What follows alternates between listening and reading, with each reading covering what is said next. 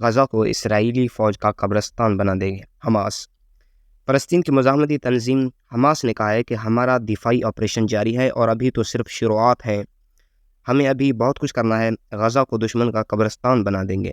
غیر ملکی میڈیا کے مطابق اپنے ایک ویڈیو پیغام میں فلسطین کی مزاحمتی تنظیم عز الدین القسام بریگیڈ کے ترجمان ابو عبیدہ نے مسجد الاقصیٰ کے دفاع کا اعادہ کرتے ہوئے مسلم امہ سے مطالبہ کیا ہے کہ وہ موقع سے فائدہ اٹھائیں اور اس جنگ میں شامل ہوں۔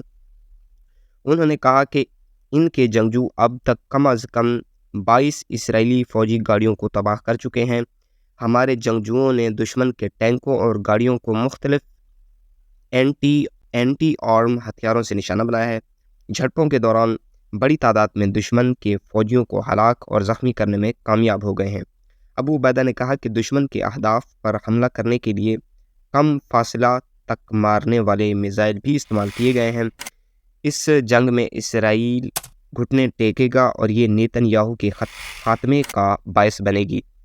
انہوں نے اسرائیل کی جانب سے اپنی ایک خواتین فوجی کو حماس کی قید سے چھڑانے کے دعوے کو مسترد کرتے ہوئے کہا، تم جنگ کے 1 ماہ بعد ایک قیدی کو رہا کروانے کا جھوٹا دعویٰ کر کے جشن منا رہے ہو، اس طرح تو تمہیں اپنے تمام قیدیوں کو چھڑوانے کے لیے 20 سال درکار ہوں گے۔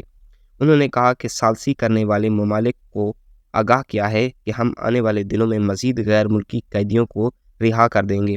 حماس ترجمان نے اسرائیلی بمباری کا نشانہ بننے والے جبلیہ پناہ گزین کیمپ میں اپنے کمانڈر کی موجودگی کی بھی تردید کرتے ہوئے اسے بے بنیاد اور جھوٹ قرار دیا ہے۔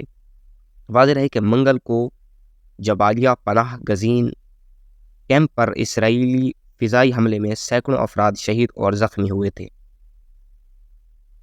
حماس اکیلا اس جنگ میں شریک ہے اور ہمیں چاہیے، ہم مسلمان ہونے کے ناطے، کہ ہم اس میں اپنے فلسطینی بھائیوں کی بھرپور مدد کریں۔ اگر ویڈیو آپ کو اچھی لگی ہے تو ویڈیو لائک کریں اور چینل کو سبسکرائب کریں تاکہ اس طرح کی انفارمیشن آپ تک ٹائم ٹو ٹائم پہنچتی رہے۔ تو ملتے ہیں کسی نیکسٹ ویڈیو میں، تب تک کے لیے دیجیے اجازت اور دعاؤں میں یاد رکھیے گا۔